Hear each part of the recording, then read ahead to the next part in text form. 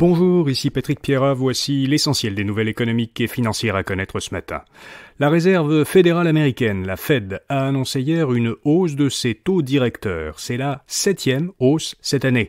Elle porte ses taux à une fourchette de 4,25 à 4,50%, du jamais vu depuis 2007. La nouvelle hausse est d'un demi-point de pourcentage, elle est moins prononcée que les 4 précédentes qui étaient chacune de 3/4 de point. Le président de la Fed, Jerome Powell, a dit en conférence de presse que les taux continueraient à augmenter jusqu'à ce que la Fed juge que l'inflation annuelle aux États-Unis est redescendue de manière durable à 2%. Or, elle est encore très loin de cette cible puisqu'elle est toujours supérieure à 7%. Il est probable que la prochaine hausse sera annoncée le 1er février. Son ampleur dépendra des données sur l'inflation, a dit Powell. Les principaux indices boursiers ont chuté hier après-midi après l'annonce de la Fed parce que les investisseurs craignent que la succession de hausses de taux provoque une récession. La moitié des travailleurs canadiens cherchent ou vont chercher un nouvel emploi au début de l'an prochain, selon un sondage mené par le cabinet de recrutement Robert Half. C'est plus qu'il y a 6 mois. Dans un sondage similaire, le tiers des travailleurs canadiens disaient alors vouloir changer d'emploi avant la fin de l'année. Un autre sondage, beaucoup de travailleurs qui prennent des vacances sont amenés à compenser leurs congés par du travail supplémentaire. C'est encore le cas cette année, mais moins que pendant la pandémie.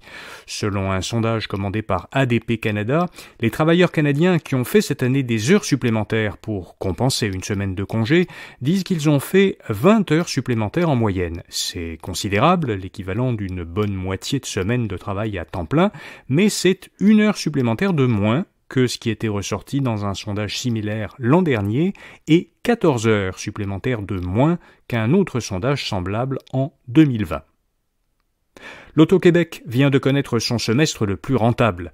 Pendant la première moitié de son exercice 2022-2023, la société d'État a réalisé un bénéfice net record de 805 millions de dollars.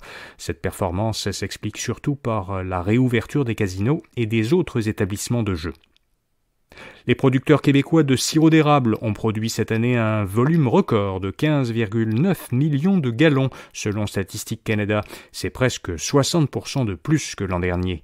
Les acériculteurs ont bénéficié d'un printemps favorable à la récolte d'eau d'érable.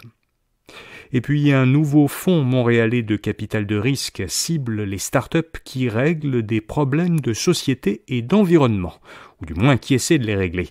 Innovobot Résonance, une petite firme d'investissement, a réuni un premier montant de 14 millions de dollars pour son premier fonds d'amorçage.